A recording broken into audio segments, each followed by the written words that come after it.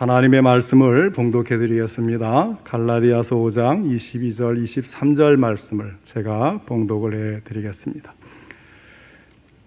오직 성령의 열매는 사랑과 희락과 화평과 오래 참음과 자비와 양선과 충성과 온유와 절제니 이 같은 것을 금지할 법이 없느니라. 아멘.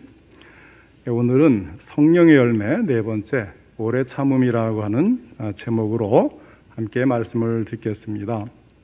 오늘도 하나님께서 이 자리에서나 가정에서나 예배드리는 우리 성도님들을 만나주시고 생명의 말씀을 통해 풍성한 은혜를 내려주시기를 축원합니다.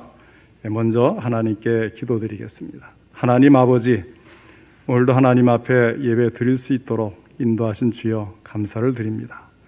또 우리 예배를 받아주시니 감사를 드립니다. 예배 받으시며 또 귀한 말씀 주시오니 이 생명의 말씀이 진정 우리에게 생명이 될 수 있도록 오늘 성령님이 함께 하셔서 전할 때나 들을 때나 바르게 전하고 바르게 들어 깨달아서 하나님 말씀대로 살 수 있는 저희들이 되게 하여 주옵소서. 주께서 함께 해주시길 원하옵고 예수님의 이름으로 기도하옵나이다. 아멘. 우리 주님께서는 요한계시록 2장 10절에서 죽도록 충성하라, 그리하면 내가 생명의 관을 내게 주리라 말씀을 하셨습니다. 또 야고보서에서는 시험을 참는 자는 복이 있나니 이는 시련을 견디어낸 자가 주께서 자기를 사랑하는 자들에게 약속하신 생명의 면류관을 얻을 것이기 때문이라 하고 말씀을 했습니다.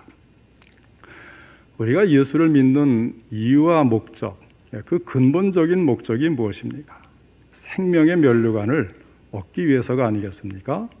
그런데 그 생명의 면류관은 우리 생애의 최후 순간까지 죽을 힘을 다해서 시험, 환난, 고통을 참아 이길 때에 주님으로부터 받는다고 성경을 통해서 가르쳐주고 있습니다.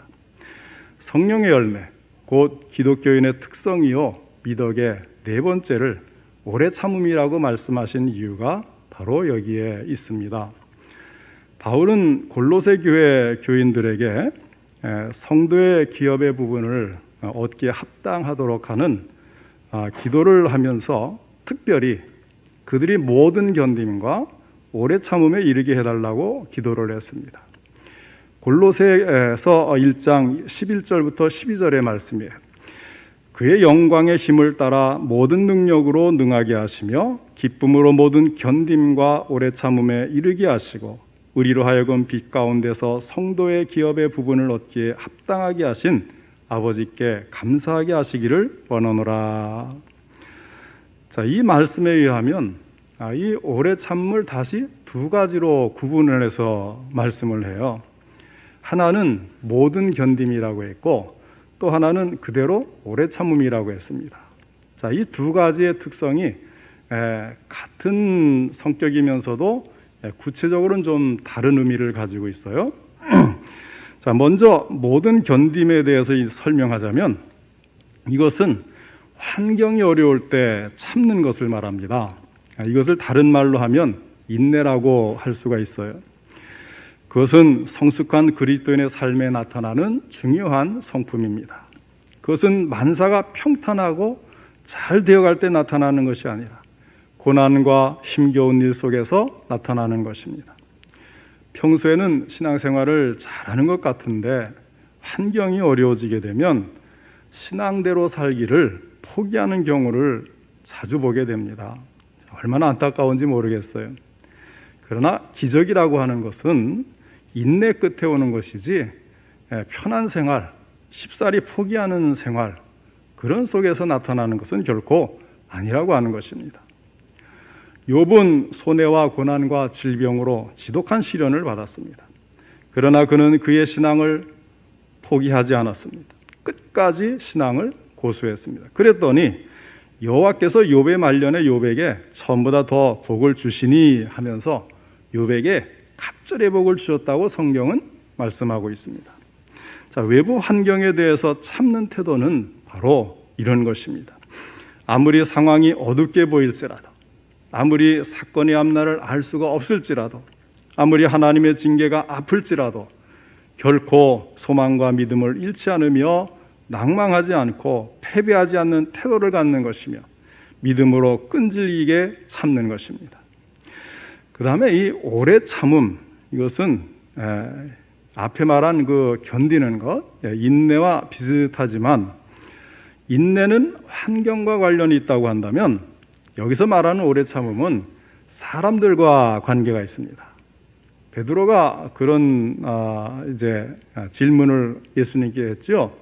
형제의 잘못을 7번까지 용서해주면 되겠습니까? 그러니 예수님이 뭐라고 대답하셨어요? 7번을 70번까지라도 참고 용서하라 하시지 않습니까? 바로 그것을 말하는 거예요. 하나님께서는 사랑과 은혜로 사람들을 향해 오래 참으시는 분이십니다. 만약 하나님의 사랑의 덕목에 오래 참음이라는 것이 없다면 어떻게 될까요? 곧바로 심판이 날아오겠죠.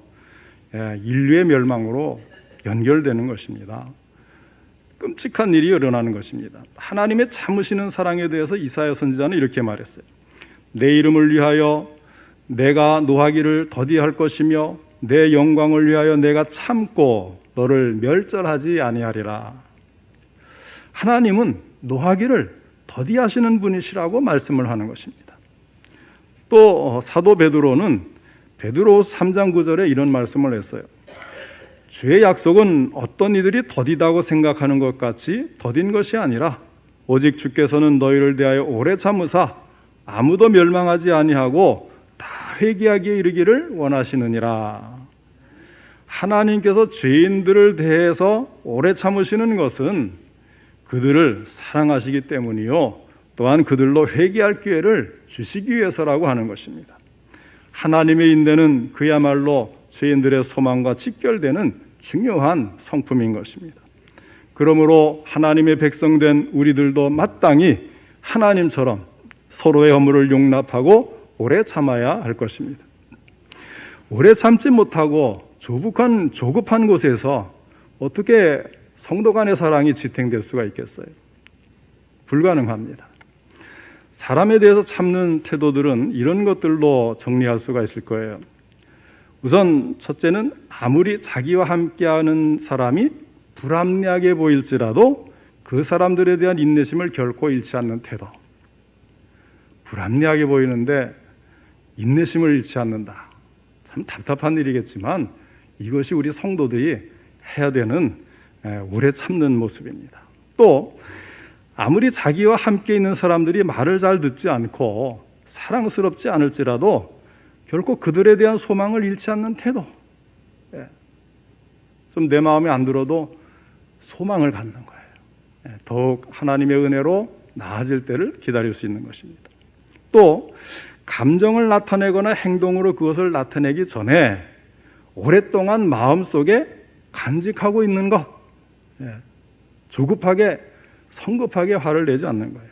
그 다음에 원수를 빨리 갚지 않고 자제하는 것, 또 자기가 받은 손해나 악한 행위에 대하여 화를 내지 않고 보복하려고 하지 않고 안갚음하려고 하지 않고 오래 참는 것, 이런 것들이 우리 성도들이 사람들에 대해서 참는 태도를 말하는 것입니다. 그 결과로 무엇이 주어집니까? 용서와 겸손, 그런 모습이 나타나고 또 사람들과의 좋은 관계가 이루어지고 최종 결과는 기쁨으로 나오게 되어 있습니다. 조급한 사람은 자기 자신의 행복뿐만 아니라 남의 행복까지도 파기하지만 침착한 사람은 자기 자신에게뿐만 아니라 그가 접촉하는 모든 사람들에게 행복을 가져다 주는 것입니다. 사람이 이제 늙어서 죽을 때가 가까이 오면 후회하게 되는 삼걸이 있다 그래요. 첫째는 그럴 걸, 둘째는 좀 더 잘할 걸, 좀 더 나누어 줄 걸, 좀 더 사랑할 걸, 미리 찾아갈 걸, 많이 칭찬해 줄 걸 하는 것이래요. 세 번째는 참을 걸. 조금만 참으면 되는데 참지 못해서 행한 숱한 일들에 대해서 후회가 된다는 것입니다. 이렇게 오래 참음은 보복하지 않고 원한이 담긴 분노를 쉽게 터뜨리도록 자극되지 않으며 다른 사람들의 멸시와 가해를 참아냅니다. 우리가 견디고 오래 참아야 될 대상은 의외로 먼데 있지 않고 가까운 데 있어요. 우리 가운데 많은 사람들이 어렵고 힘든 환경은 인내를 하는데 이 가까운 사람들에게는 오래 참지 못하는 그런 경향을 보이는 경우가 참 많이 있습니다. 그러면 성령의 열매인 오래 참음은 어떤 일에 쓰여질 수 있을까요?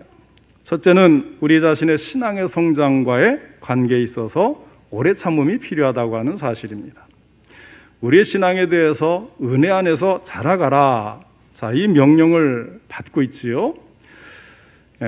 그렇지만 사실 나 자신의 신앙생활의 성장도 역시 많은 시간을 필요로 한다는 사실을 우리가 기억을 해야 됩니다.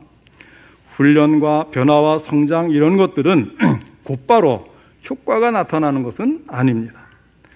발전이 느린 것 같고 언제 좀 제대로 신앙인답게 살아갈 것인가 하고 생각하지만 한참 지난 뒤 어느 순간 자신의 신앙이 많이 커 있음을 발견하게 되는 것입니다. 우리들이 할 일은 다만 묵묵히 하나님의 뜻을 실천할 것을 배우면서 하나님께서 우리 안에서 역사하실 수 있는 시간의 여유를 하나님께 드리는 것입니다. 둘째로 우리들 주위에 있는 사람들과의 관계에 있어서 오래 참음이 필요합니다. 바울은 데살로니가전서 5장 14절 하반절에서 모든 사람에게 오래 참으라 말씀을 했어요. 빨리 성을 내지 말라는 것입니다. 그렇게 하기 위해서 우리는 다른 사람들을 이해하려고 노력해야 하고 그들이 깨닫고 변할 때까지 기다릴 줄도 알아야 합니다. 또 세 번째는 부모와 자녀들 사이의 관계에서도 마찬가지로 오래 참음이 필요합니다. 골로새 3장 21절에 보면 아비들아 너희 자녀를 노엽게 하지 말지니 낙심할까 함이라 하였습니다. 의외로 부모이기 때문에 좀 더 인내심 있게 기다리지 못하고 조급하게 자녀들을 채근하는 것을 보게 됩니다. 그래서 자녀들이 예의 바르지 못하다든지 아니면 좀 더 현명하게 행동하지 못한다든지 부모의 기준에 미치지 못할 때 어떻게 해요? 참지 못하게 됩니다. 다른 집 자녀들과 비교합니다. 자꾸만 자녀들의 잘못을 찾아내서 꾸짖고 싶어하는 유혹에 빠집니다. 이것이 자녀들을 낙심하게 만들고 격노하게 만든다는 것입니다. 그러나 자녀들도 부모가 참고 기다리면 언젠가 철이 들고 신앙이 자라고 자기 할 바를 잘 찾아서 알아서 살아가요. 그럴 때에 때로는 오히려 오래 참고 기다리는 것이 그들이 잘못을 바로잡고 성장하도록 도울 때도 있다고 하는 것입니다. 또 네 번째는 다른 사람들을 주님께로 인도하는 일에 오래 참음이 필요합니다. 바울이 갈라디아 교인들에게 나의 자녀들아 너희 속에 그리스도의 형상을 이루기까지 다시 너희를 위하여 해산하는 수고를 하노니 하고 말씀을 했습니다. 해산하는 수고라 그랬어요. 자, 이게 무엇을 말하는 것입니까? 지금 당장 해산할 때의 고통을 참는 것만 말하는 것은 아니에요. 어머니 뱃속에서 10달 동안 기다려야 됩니다. 때로는 입덧 때문에 고생하기도 하고 산통을 통해서 온전한 한 생명이 태어나는 것입니다. 다른 사람을 전도하는 것이 얼마나 힘이 듭니까? 또 얼마나 오래 걸립니까? 우리 성도님들 가정에서도 집집마다 부모님의 전도나 형제들의 전도나 또는 오히려 자녀가 부모를 전도하는 것들을 통해서 한 영혼이 구원받기까지 얼마나 큰 인내가 필요한지 이미 경험하신 분들은 다 배웠을 거예요. 그리고 막상 전도해서 교회에 출석하기 시작했다고 하더라도 교회 일꾼으로 제대로 자리 잡기까지 또 얼마나 큰 인내가 필요합니까? 전도한 사람은 새신자가 자기 신앙으로 설 때까지 자기 사명으로 하나님께 붙들릴 때까지 온갖 것을 다 참고 받아주고 돌봐줘야 합니다. 보통 인내로는 어림도 없는 일이죠. 그런데 이것이 선교지에서 일어나는 일이면 더 큰 인내가 필요합니다. 한 사람의 회심자를 만들기 위해서 선교사가 전력을 쏟아붓지만 그것이 쉽지가 않죠. 우리와 같이 안정된 환경도 아니고 또 익숙한 환경도 아니고 문화가 다르고 말이 다르고 많은 것이 틀리고 그런 곳에서 한 사람의 회심자를 만들기가 얼마나 어렵겠어요. 그러면 파송하거나 지원하고 있는 교회는 어때요? 자꾸 재촉을 하죠. 왜 빨리 신자가 생기지 않느냐? 왜 교회가 성장하지 않느냐? 이런 조급한 몸으로 성화를 되니까 이 더 어려운 거예요. 그때의 인내가 필요한 것입니다. 선교사님도 필요하고 파송한 교회도 필요하고 지원하는 교회도 인내가 필요하고 오래 참아야 되는 것입니다. 또 다섯 번째 마지막으로 세상의 악과 고난에 대해서 우리가 오래 참는 인내심이 필요합니다. 인내하지 못하면 왜 하나님께서는 이렇게 많은 악과 부조리를 그냥 내버려 두시고 아무 일도 하시지 않느냐고 불평을 하게 돼요. 또 어떤 때는 하나님은 왜 우리의 고통을 돌아보지 않으십니까? 원망하게 됩니다. 그러다 보면 시험에 들어 미끄러져 넘어질 수 있는 것을 성경은 경고를 하고 있지 않습니까? 이럴 때 하나님을 신뢰하여 모든 것을 맡기고 기다리는 인내는 곧바로 믿음과 연결되어 있는 것입니다. 성경에는 오래 참음의 미덕에 대해서 우리가 배워야 할 모범을 보여주는 분이 계십니다. 누구입니까? 바로 예수님이십니다.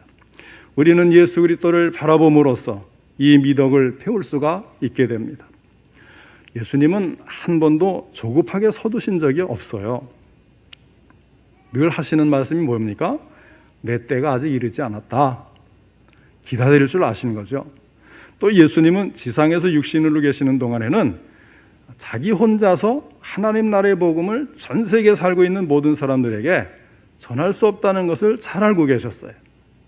그래서 예수님이 이 이스라엘 그 국경을 넘어선 게 한두 번밖에 안 돼요. 그렇게 또 멀리 가지도 않으셨어요. 그래서 작은 나라인 이 팔레스타인 지경 안에서 예수님 스스로에게 부여된 일을 계속적으로 하는 것으로 만족하셨습니다.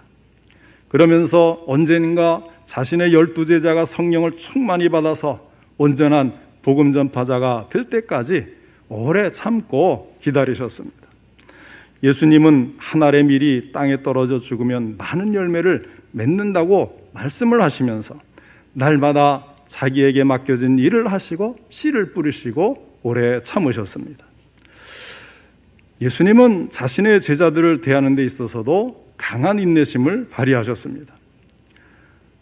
제자들을 누구보다도 잘하는 분이 있다면 누구겠어요? 바로 예수님 아닙니까? 그런데 제자들이 자주 어리석고 주님을 오해를 했어요.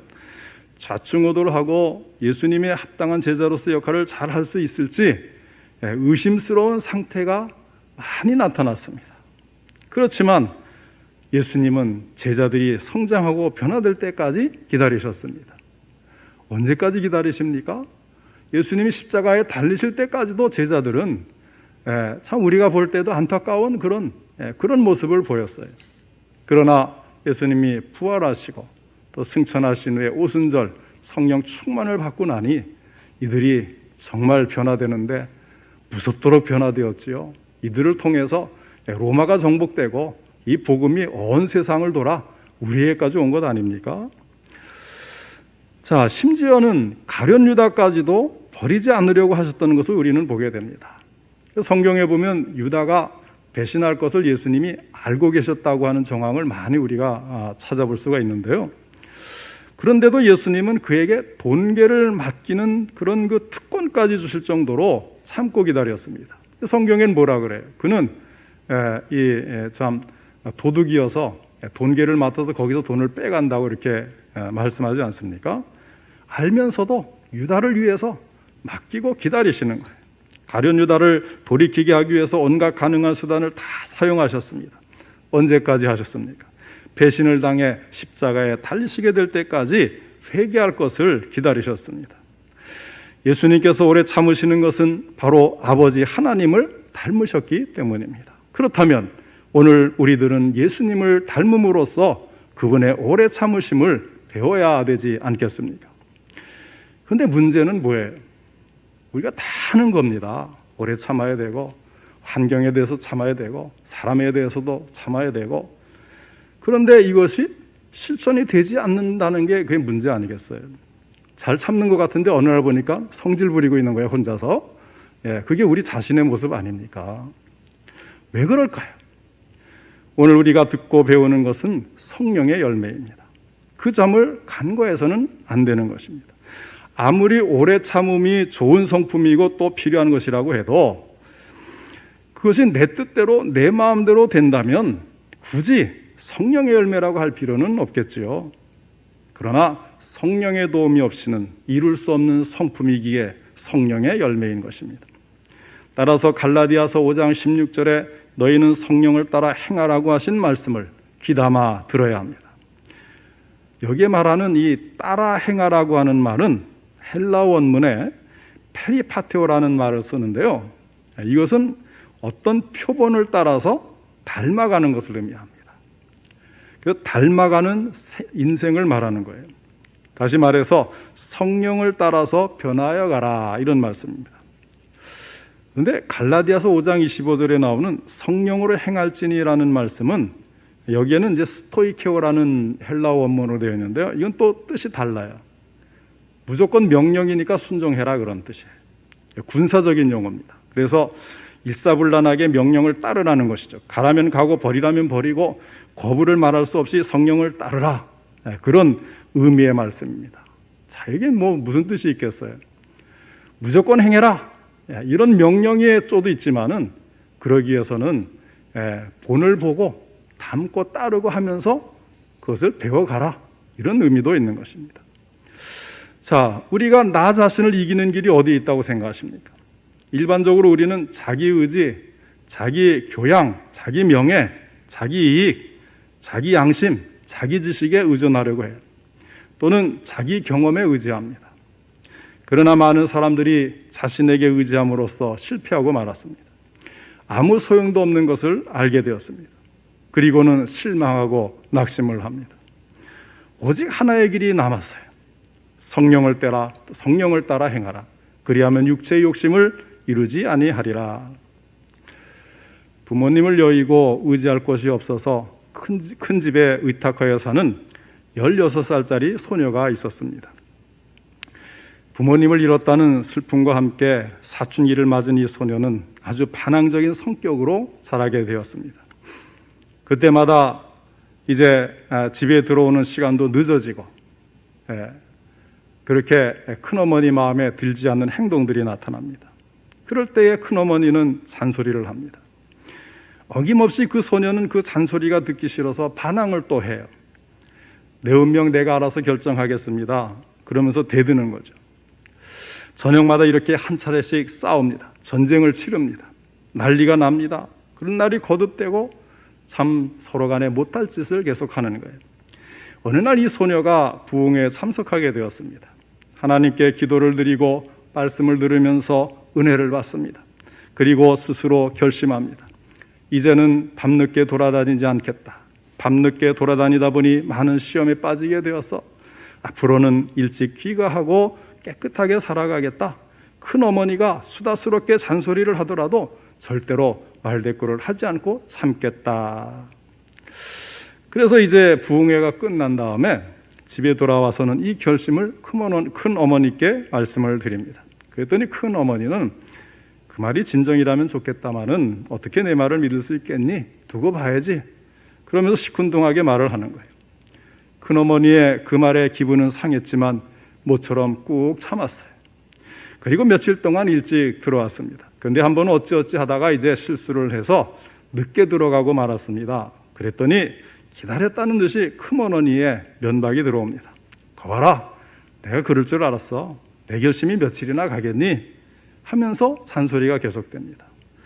그런데 이 소녀는 그전과 달리 대항하지 않고 제가 잘못했습니다. 너무 염려하지 마세요. 앞으로는 더욱 주의할게요. 의젓하게 말을 하는 겁니다. 큰어머니가 뭐라고 말을 해도 대꾸를 하지 않아요. 잘 참습니다. 그리고 그날 일기장에 이렇게 써놓았습니다. 나는 나 자신에게 놀라고 있다. 그런 잔소리를 들으면서 큰어머님을 미워하는 마음도 슬퍼하는 마음도 말대답하고 싶은 마음도 없이 이렇게 내 마음이 평안하다니. 할렐루야. 여러분, 예수를 믿는다는 것이 무엇입니까? 내 의지로가 아니라는 거예요. 우리 성도님께서도 이런 것을 경험해 본 적이 있으십니까? 그 많은 비난을 받아도 조용해요. 아무 불평도 안 일어나요. 사랑하는 마음이 변함이 없습니다. 이 평화, 온유함, 고요함, 그것이 바로 성령의 역사인 것입니다. 우리는 성령의 역사라 그러면 어떻게 생각해요? 뜨겁고 화끈하고 확실한 뭐가 주어져야 성령이 역사하셨다고 간증하고 뛰잖아요. 그리고 그 다음날 성질 부리고 싸우죠. 그것이 성령의 역사가 아니에요. 성령의 역사가 우리 마음에 임하면 이 학생같이 그렇게 전에는 할 수 없었던 것이 저절로 이루어지면서 이것을 잘 참고 넘어가는 그런 마음이 저절로 형성이 되는 거예요. 갈라디아서 5장 18절의 말씀입니다. 너희가 만일 성령의 인도하시는 바가 되면 율법 아래에 있지 아니하리라. 성령을 따라 사는 사람은 모든 규례, 모든 속박으로부터 자유할 수 있다고 말씀하는 것입니다. 그러므로 우리는 성령을 따라 행해야 합니다. 나의 자유를 성령님께 반납을 하는 거예요. 예수님을 내 안에 모시고 나의 주인이 되게 하는 것을 우리가 명의 이전이라 그래요. 내 마음 그리스도의 집인데 이 집이 예수님 오십시오 하고 손님으로만 모시고 내가 여전히 주인이에요. 내 마음대로 하는 거예요. 그러다가 이 마음대로 안 되니까 고민하고 또 고민하고 그럴 때 예수님 뭐가 고민이냐 그러니까 예수님을 잘 모시고 싶은데 내 뜻대로 되질 않아요. 그래? 내가 방법을 가르쳐 줄게. 명의를 내 이름으로 이전해. 그래서 명의를 이전하고 완전히 드리니까 그 다음부터는 예수님이 집주인이 돼가지고 다스리시고 이끌어 주시는 거예요. 그래서 우리는 내 자유를 성령님께 명의 이전하고 성령님께 반납을 하는 겁니다. 이렇게 전적으로 성령께 순종하게 되면 성령이 우리를 지배하고 다스리시게 되는 것입니다. 그리고 그제야 우리는 비로소 성령으로 충만한 삶을 살 수 있게 되는 것입니다. 사랑하는 성도 여러분, 그러므로 오늘 이 자리에 계신 우리 모든 성도님들이 전적으로 성령님께 순종하셔서 성령님의 도움으로 열매를 맺어 오래 참음의 미덕을 기름으로써 여러분의 심령이 평안하고 여러분의 가정이 평안하고 우리 교회가 평안하고 이웃과의 관계가 아름답고 선한 관계가 이루어져서 하나님의 뜻이 이루어지는 우리 성도님들 모두의 삶이 될 수 있기를 주님의 이름으로 축원합니다.